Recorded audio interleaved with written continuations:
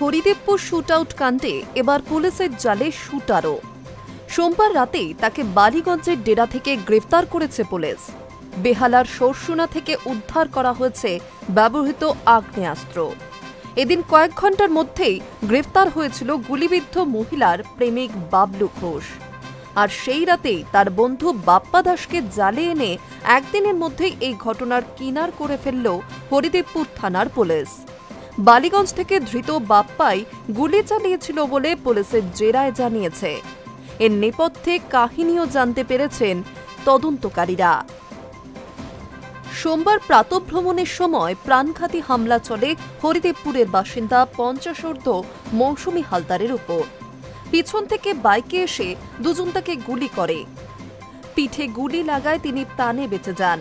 রক্তাক্ত অবস্থায় লুটিয়ে পড়তেই প্রেমিক বাবলু ঘোষের নাম জানিয়ে সন্দেহ প্রকাশ করেছিলেন তিনি। আর সেই বয়ান এবং প্রতিবেশীদের জিজ্ঞাসাবাদ করে পুলিশ 3 ঘন্টার মধ্যে বাবলুকে গ্রেফতার করে। জানা যায়, মৌসুমী ও বাবলুর বিবাহ বহির্ভূত সম্পর্কে টানাপোড়েনের কারণেই এই হামলা। সম্প্রতি প্রেমের সম্পর্ক থেকে মৌসুমী বেরিয়ে আসতে চাইলেও নাছোড় বাবলু, আর তার জেরেই প্রাণে মেরে ফেলার ছক। পুলিশি জেরায় বাবলু জানিয়েছে, অপধৃত তথা শুটার বাপ্পা তার বন্ধু। একদিন মদের আসরে 2 বন্ধুর মধ্যে এই নিয়ে আলোচনা হয়। সব শুনে বাপ্পা নাকি বলেছিল মৌসুমীকে পৃথিবী থেকে সরিয়ে দেওয়ার কাজটা সে করে দেবে। তাতে রাজি হয়ে 2 বন্ধু মিলে খুনের ষড়যন্ত্র করে এবং সোমবার সকালে সেই চেষ্টাও করা হয়। পরিকল্পনা মাফিক পিস্তল থেকে মৌসুমীকে গুলি করা হয়, তবে তিনি বেঁচে যাবেন তা কেউই ভাবতে পারেনি।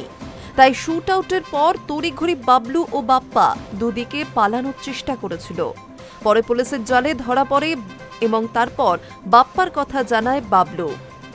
তার ভিত্তিতেই বালিগঞ্জ থেকে গ্রেফতার হয় বাপ্পা। পুলিশ জানতে পেরেছে ব্যবহৃত পিস্তলটি বাবলুরই। 1.5 বছর আগে সরসুনার এক ব্যক্তির কাছ থেকে পেয়েছিল সেটি। সেই পিস্তল থেকে বাপ্পা গুলি চালিয়েছিল মৌসুমীকে লক্ষ্য করে। বাবলুর দাবি, সরসুনার ওই ব্যক্তি নাকি তাকে পিস্তলটি রাখতে দিয়েছিলেন।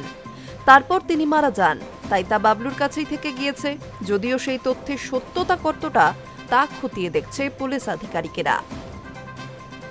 High News network.